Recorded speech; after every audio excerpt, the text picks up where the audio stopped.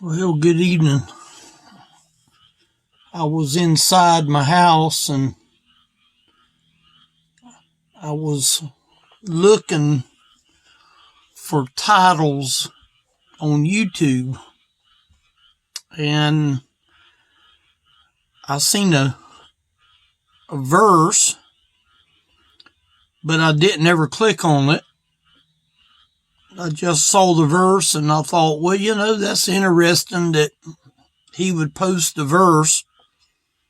I didn't watch the video, but I was curious to see what the verse was going to say. It's found in 1 Peter chapter number 3.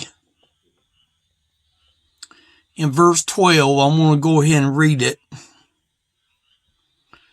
For the eyes of the Lord are over the righteous, and his ears are open unto their prayers. But the face of the Lord is against them that do evil. Now, how I titled this, a power-packed verse, because it is. For the eyes of the Lord are over the righteous, and his ears are open unto their prayers. But the face of the Lord is against them that do evil. Well, when I started reading that, and then I began to start writing like I usually do,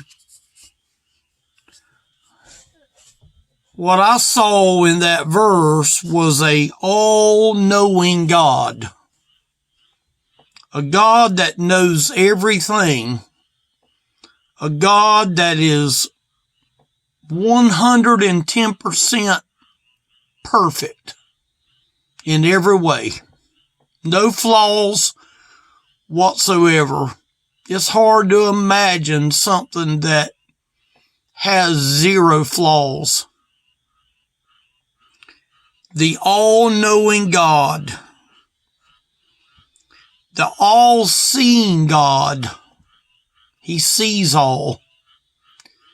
And he sees all of man. Every human being that he created, he sees man. He knows man. He knows his childs and their ways. I mean, my dad was real good about figuring all three of us out.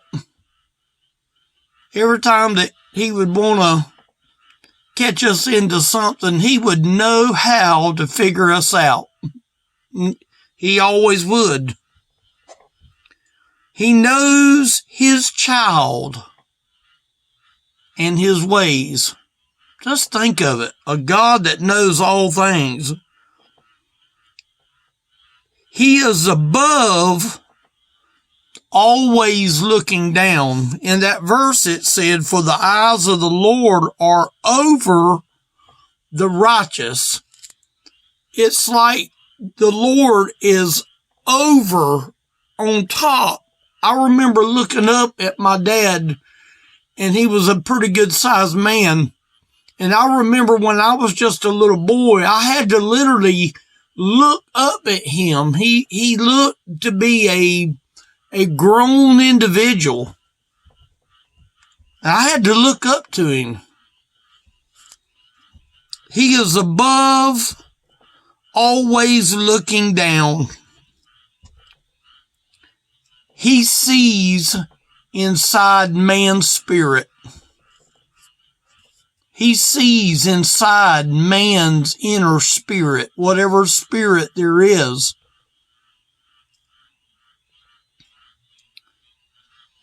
He hears all our words. Some might be good, some might be bad, but he hears all of our words. Now that verse right there says, For the eyes of the Lord are over the righteous. That word righteous means right standing with God. That does not mean that the righteous is sinless. It just means that he knows the way of the righteous. He understands the way of the righteous. He hears all our words, whether they're good words or whether they're mediocre words. He knows them all. He knows our thoughts. Every thought that I have, he knows. You could never get past Daddy. I don't care what you did, how you did it. There was just no way you could get past him. He sees our sincerity. I remember there was a man that came to our church when I was about 13, 14 years old. He was doing a revival, and he made the comment, you can be sincere and sincerely wrong. That has never left me. I have always remembered that in my mind. You can be sincere and sincerely wrong. He sees our religious ways. Now, I use that word relatively quite a bit because there's a lot of people that love religion more than they love relationship with Jesus. But if the Lord sees the righteous and they are in right standing with God, then he sees what our religion is, good or bad. He knows our religion ways, and he gets pleasure and glory. Now, he doesn't get pleasure and glory from our mere religion. He gets pleasure and glory from the fact that he looks at us as righteous, as in right standing. Does that mean that he looks at our perfection? Absolutely not. Anybody that feels like that they are anything more than perfect is a fool. There's nobody perfect. There's only one that's perfect, and that's Jesus. He's perfect. Man is not perfect, but he gets pleasure from his children. He gets glory from his children. But there's a word right here that I want to read to you that's in this verse. For the eyes of the Lord are over the righteous, and his ears are open unto their prayers.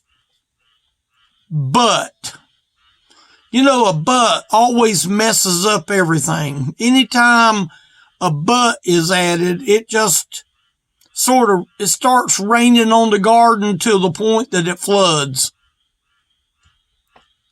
But listen to what the but is. But the face of the Lord is against them that do evil. Well, I wrote down all of the stuff I just said to you on one side of the paper, and now I'm on the but side of the paper. His face, he sees all. A face that sees all. Again, I couldn't get nothing past my dad. I still think about him a lot. That you couldn't get past him. He was always seemingly one step ahead of you.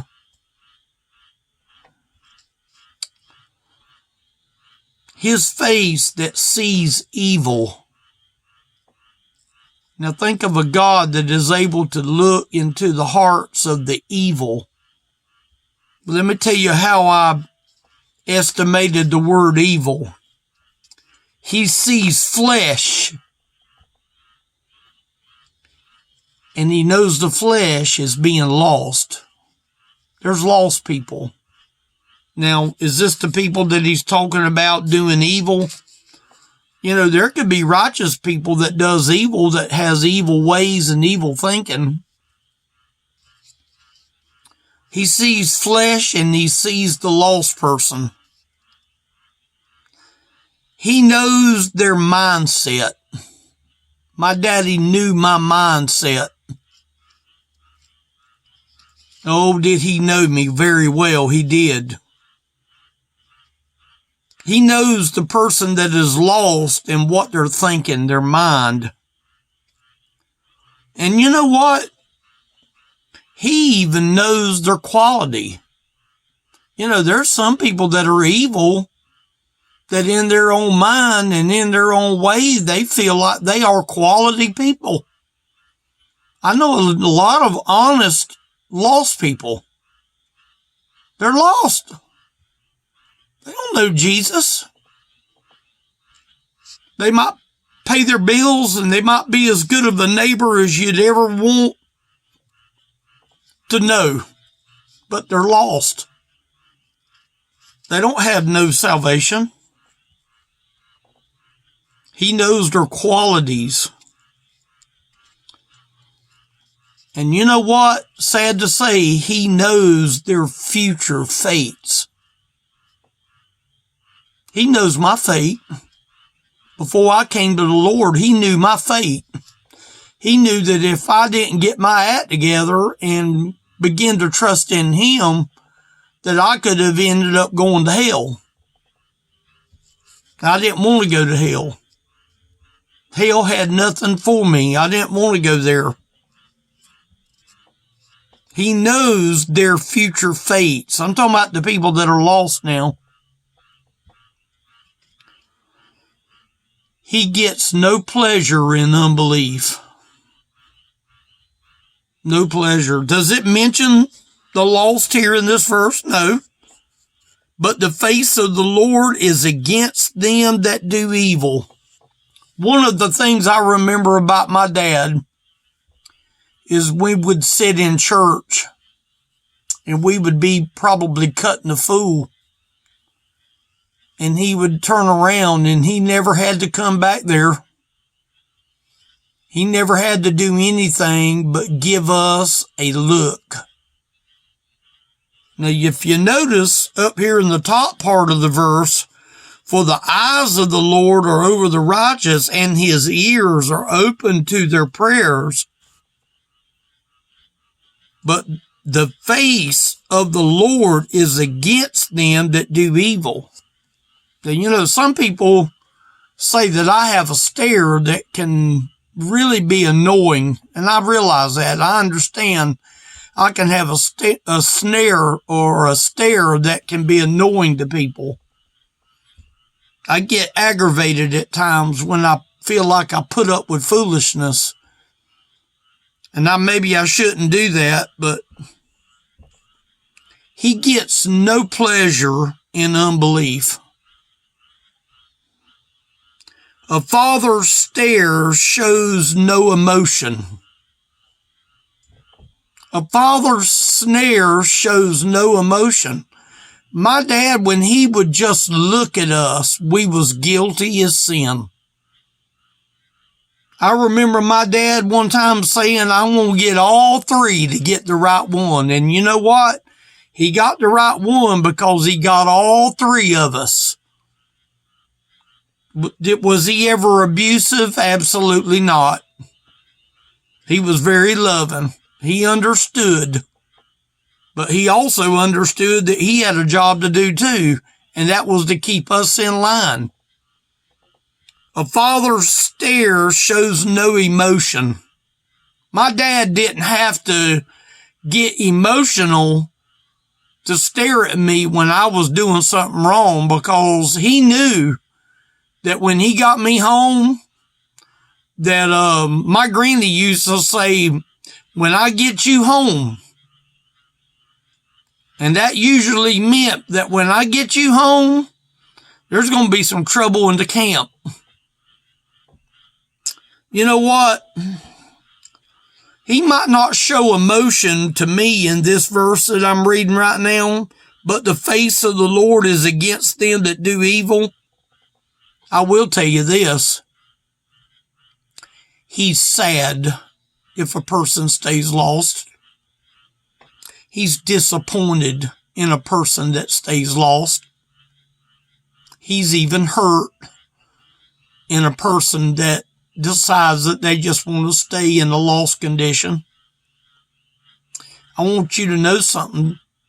That is not God's will. It is not God's will for you to be lost. It's not God's will that he just stare at you, but you know what?